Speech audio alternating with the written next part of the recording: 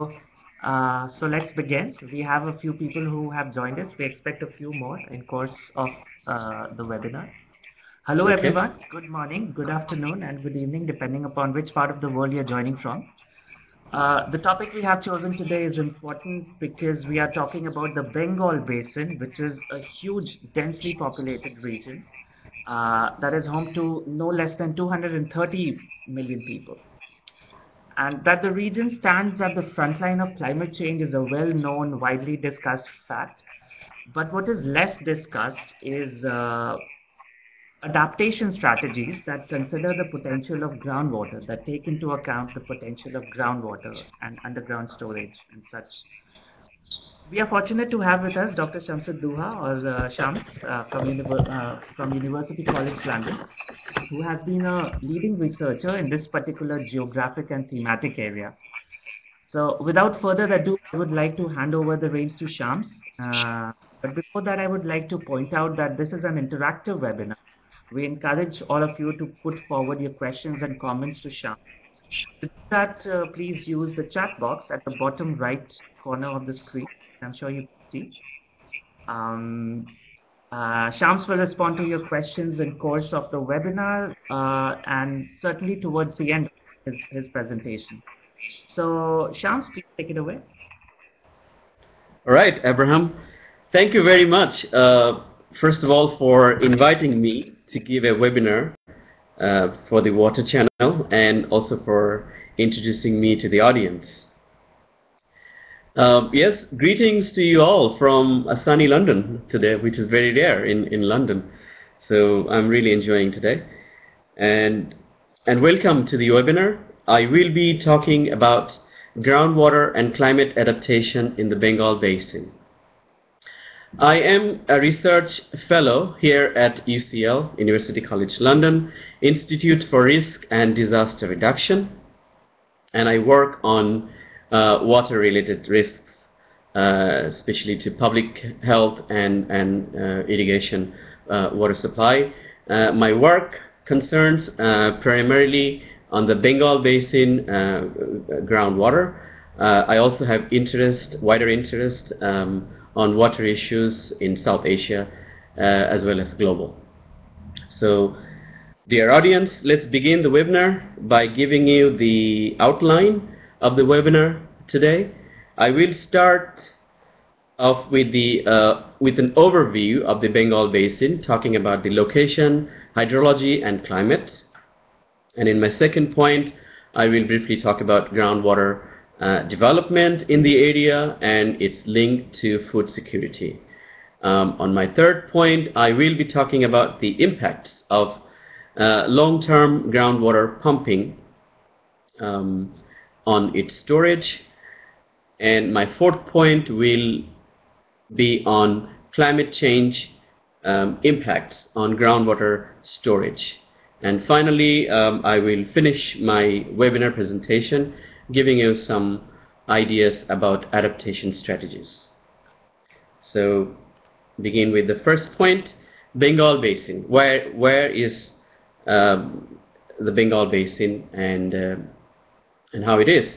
Bengal Basin is actually one of the largest sedimentary basins in the world. It covers about 300,000 square kilometers, and it's located geographically in South Asia that covers most part of Bangladesh and West Bengal, Assam, and Tripura states of India. You can see on the map that shows the digital elevation model taken from Shuttle Radar Topographic Mission dataset, and you can see that the basin itself is very flat, and the basin is bounded by the Himalayan mountains to the far north, Shillong Plateau, which is a Precambrian rock mass located to the near north, and the Indo-Burman mountain range to the east, and Indian Shield to the west. And the basin itself is quite flat. The major features in the basins are the three major rivers, the Ganges, the Brahmaputra, and the Meghna River, that actually form one of the largest, actually the largest delta system in the world, known as the Ganges Brahmaputra Meghna Delta. In short, it's known as Ganges Delta, or sometimes people call it simply Bengal Delta. And these three rivers carry huge amount of sediments derived from the weathering process in the Himalayan mountains, and it's about 1 billion ton per year, which is quite huge. And this huge amount of sediments carried by these three major river systems ultimately developed this alluvial basin in this part of the world.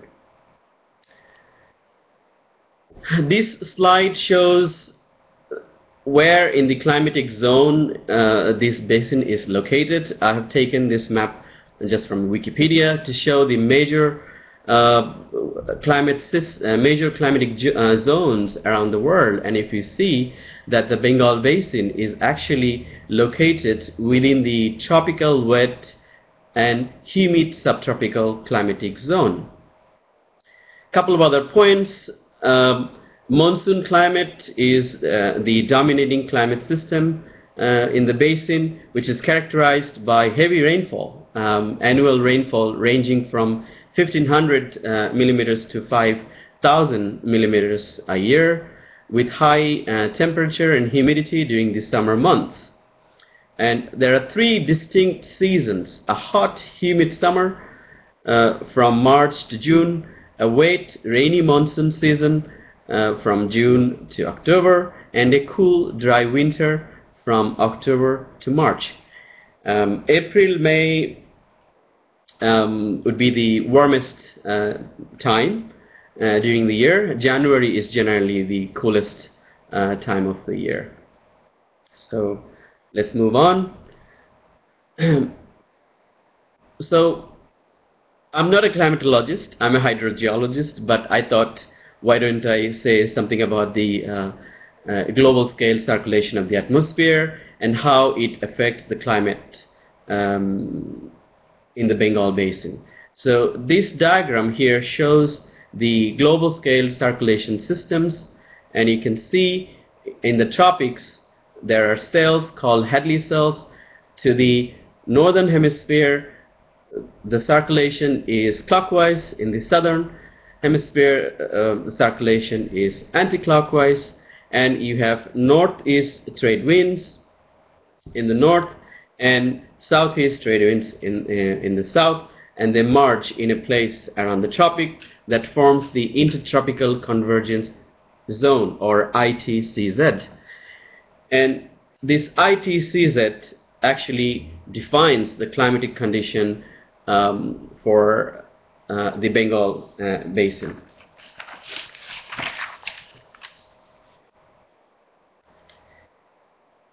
So let's move on. This map here shows the sea level pressure and surface winds, and the location in red line, which is the Intertropical Convergence Zone, which actually, as I say, defines the climatic system around the tropics. So in January, this Intertropical Convergence Zone is actually located far south, far away from the basin area, as well as the Indian subcontinent as a whole, which is shown in the black box here. And you can see the areas of high pressure and low pressure. As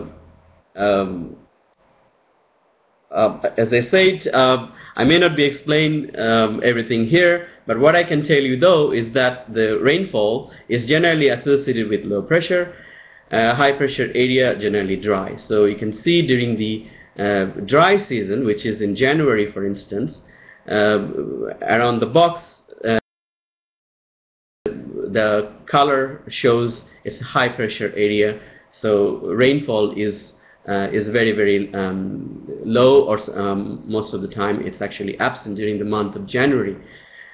As the circulation, global circulation happens and it brings the Intertropical Convergence zone to further north, and you can see right now in July time that particular red line is over the basin over the Indian subcontinent, which defines the time of monsoon, which brings lots of rain associated with thunderstorms as well as flooding across the whole region.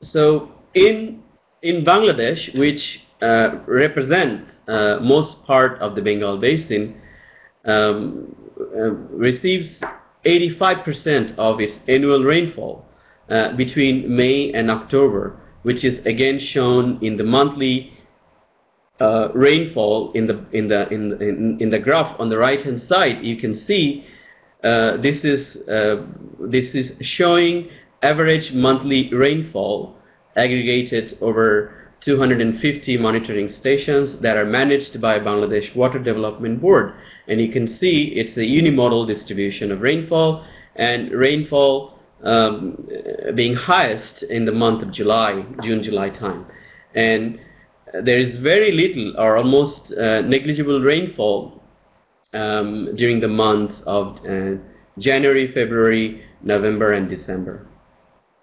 And on the left hand side you can see a map where it shows the trend, spatial trend in rainfall distribution, annual rainfall, which is highest in the northeastern part of the country, which can be as high as 5,000 even more millimeters a year. And as you go from east to the west, you can see a sharp decrease in annual rainfall, and towards the western part of the country, annual rainfall can be as low as 1,500 or even lower millimeters a year.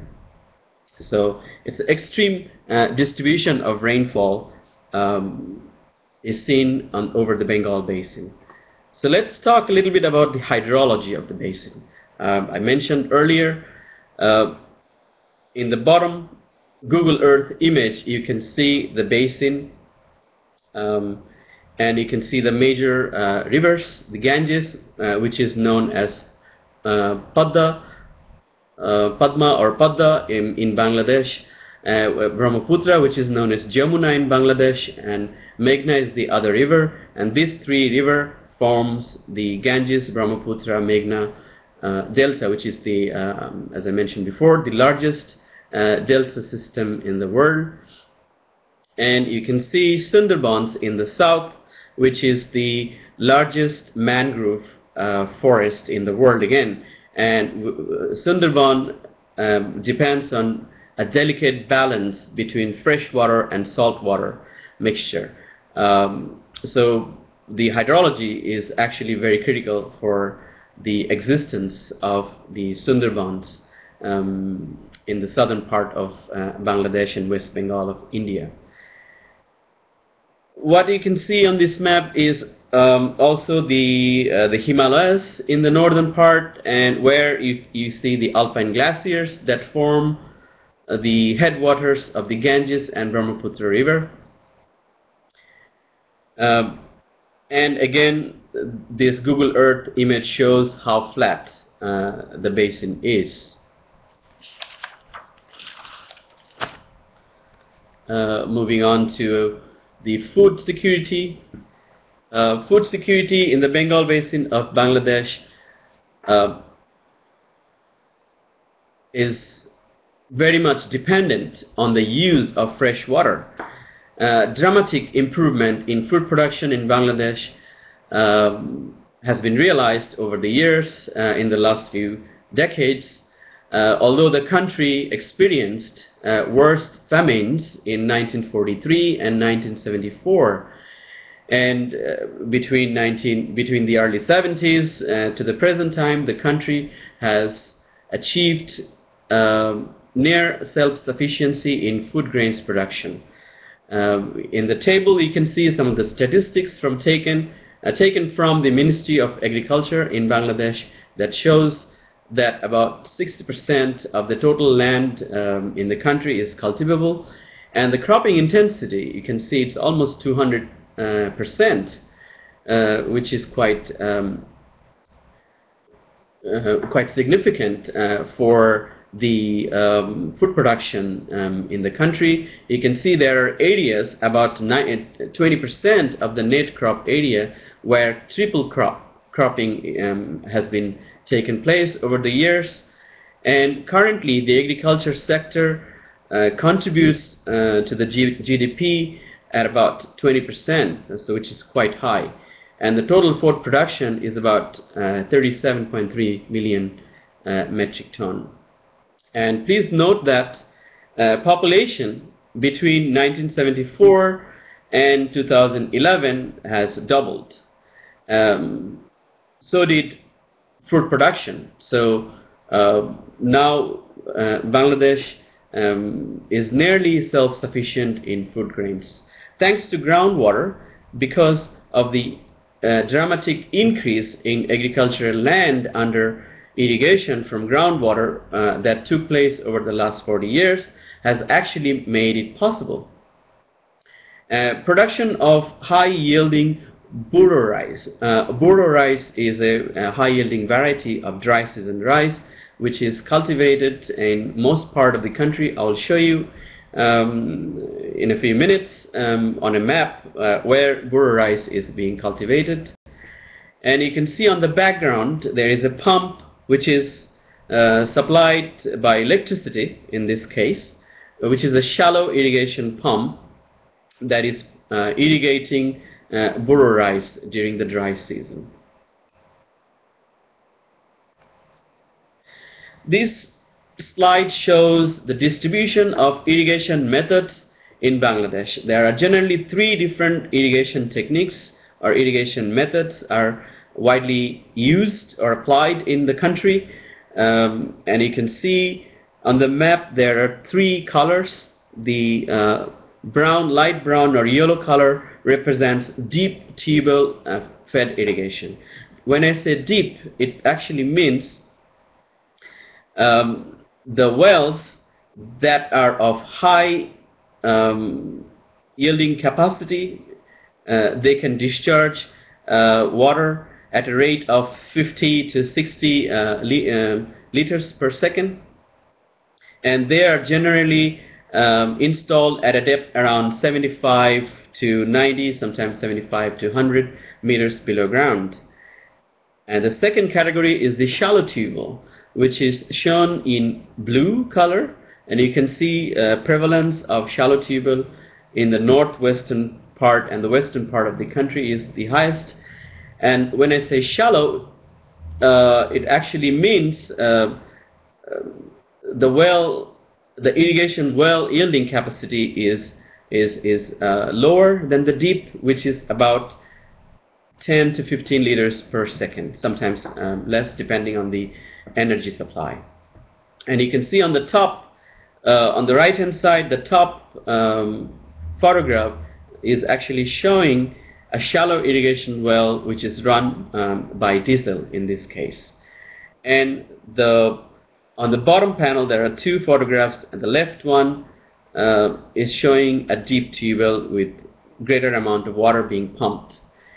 And on the right hand side, the other category, which is low lift pump, I think this is a treadle pump that is using surface water, which is another dominant method for irrigation in Bangladesh. So let's move on.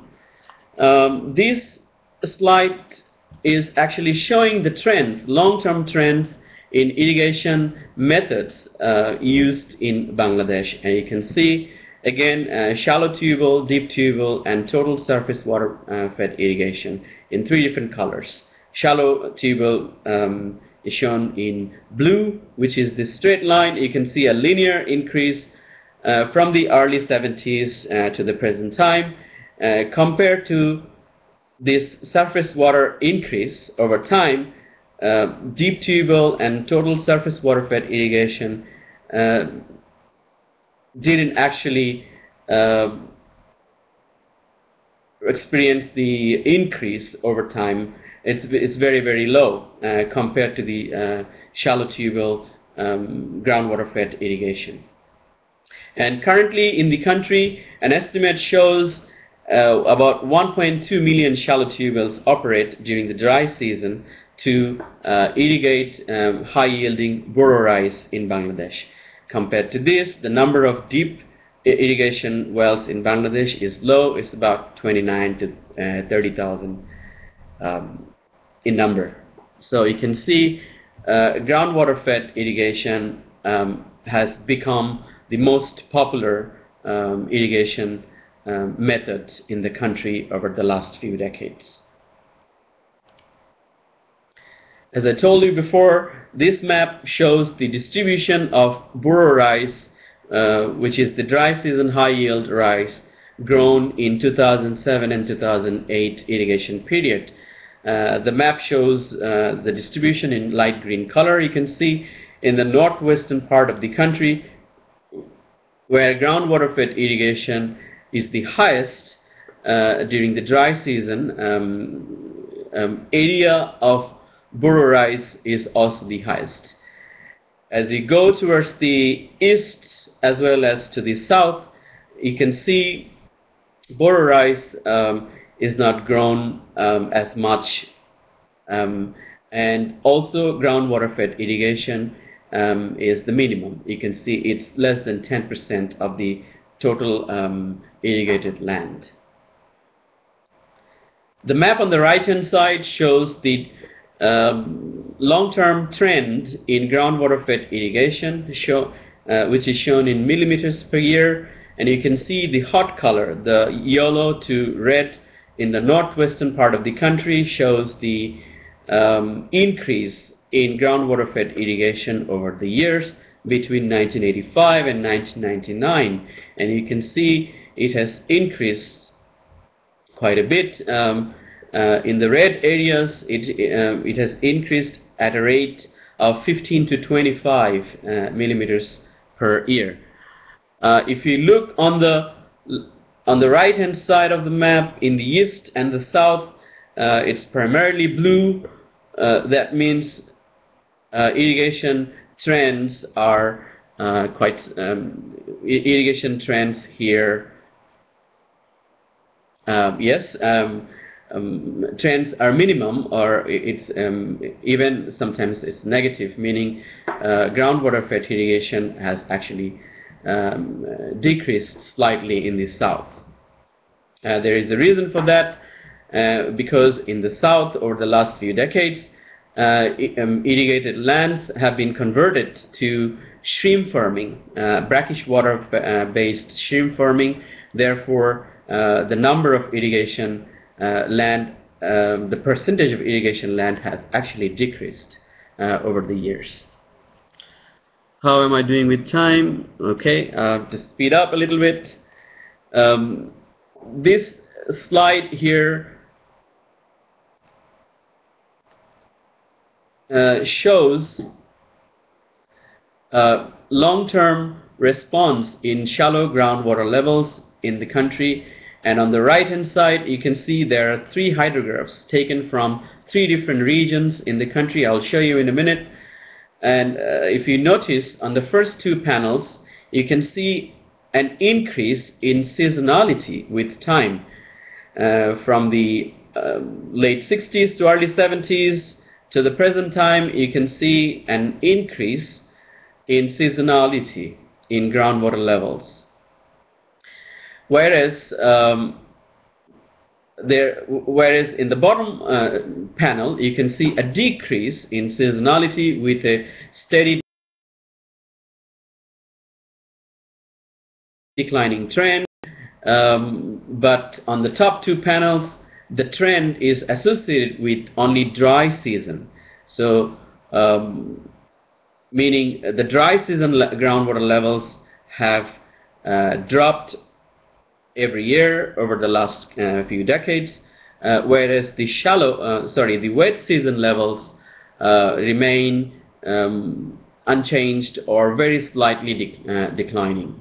So that brings us to the idea of the Ganges water machine, which was first proposed in 1975 by Ravel and Lakshmi Narayana, who recognized the potential of storing monsoon water that falls in the Ganges river valley that can be stored during the monsoon season when there is plenty of water, so that the water can be used during the dry season where there is almost no rainfall, and when water is critically needed to sustain dry season irrigation for environmental flows, for navigations, for all other purposes. So they recognized for the first time that there is a huge potential of collecting monsoon rainwater and feed it underground into the shallow aquifers to store it for the subsequent use during the dry season. And they have recognized that the excess rainfall during monsoon and need for storage, as I mentioned, and the difficulty and cost of building reservoirs and dam. And also they recognize the permeability of the alluvial deposits, the Ganges floodplain, which is composed of primarily sand and silt particles that are quite porous and permeable, that allows water to infiltrate down into the shallow aquifers to recharge. So on the diagram you can see a recent paper published by Khan et al. In Water Resources Management, and in that paper they demonstrated that the Ganges water machine can be quite helpful to store water during the monsoon time, so that the water can be used during the dry season. And they used a groundwater flow model to actually estimate how much water can be stored, and they also have done some cost estimation along with two other methods, although their finding suggests that the Ganges water machine, particularly this type of arrangement where you have number of irrigation wells should be installed along the Ganges river, the main channel and the tributaries, and you pump more water during the dry season, create a space so that the space can be actually filled by monsoon water during the monsoon time. And they have compared this method with two other methods, and their conclusion was that implementing this method would be quite expensive because their current infrastructure has to be changed. I'll talk in a minute that how this particular Ganges water machine, the idea was actually realized in northwestern part, primarily in the northwestern part of Bangladesh, actually instantaneously. I mean, without any prior sort of management or prior development ideas. It just happened, and I'll show you in the subsequent slide that how this particular concept was realized to increase groundwater recharge in most part of the northwestern part, primarily in Bangladesh, along the river Ganges and the river Brahmaputra. Okay, here you can see in this particular slide, which is published in Hydrogeology Journal in 2011, which shows that in this 1974, which is in the left-hand side of the panel, you can see the blue line shows the annual groundwater fluctuation, which is in the order of 2 to 3 meters in 1974, and the estimated actual recharge was about 100 millimeters, whereas the potential of recharge is about 600 millimeters, which is primarily associated with the monsoon rainfall in that particular region. And the rejected recharge, which was not recharged into the aquifer, actually was rejected, which was quite high, about 495 millimeters. And this, at the same location, same hydrograph, in the recent time, which is taken from 2006, you can see a dramatic increase in the annual fluctuation of groundwater levels from the dry season at the bottom to the monsoon season or the wet season on the top. And you can see that this intensive pumping for irrigation has actually created this extra space during the dry season, and in the subsequent monsoon, this depression, this drawdown of the groundwater levels in that particular area was actually being filled by monsoon recharge, and the actual recharge has actually increased to 270 millimeters a year for this particular year, 2006. Whereas the potential recharge, if you think it has remained the same, 600 millimeters, that only 330 millimeters of water was actually rejected. So you can see, you can actually, this is a demonstration of the Ganges water machine that actually worked in some parts of Bangladesh, where intensive pumping during the dry season to produce rice has actually increased the storage capacity, storage space, if you like, for subsequent recharge during the monsoon season. And you can see the actual recharge equals to natural plus induced groundwater recharge.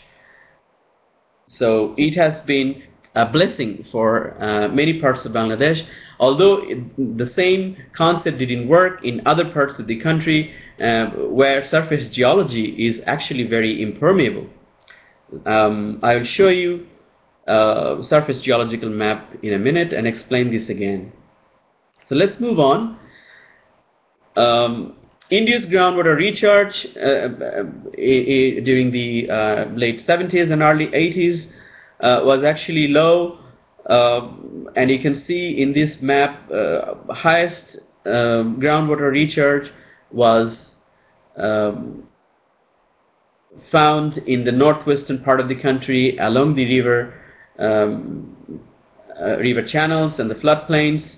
And you can see recently there has been a dramatic increase in induced groundwater recharge, and you can see in the same color code, same classification, you can see the area of blue, the blue color has actually increased quite dramatically in the northwestern part of the country, meaning that due to the groundwater fed irrigation, induced recharge has been realized in this area.